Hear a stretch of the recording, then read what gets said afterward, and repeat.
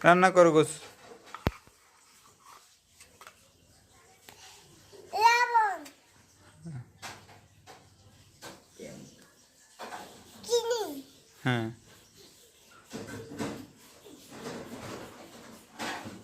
পাতা, দাও। ধনিয়া পাতা, ধনিয়া পাতা, হ্যাঁ। এবার পাস্তা পাতা, পেস্তা পাতা দাও। এবার পাস্তা রান্না করেছি এইটাও দিয়ে দেবো।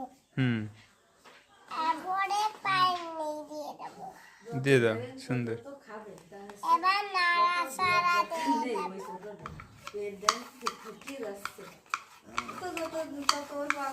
এরপরে কি করতে হবে?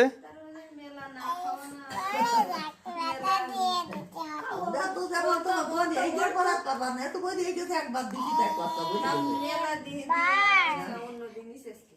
বাস।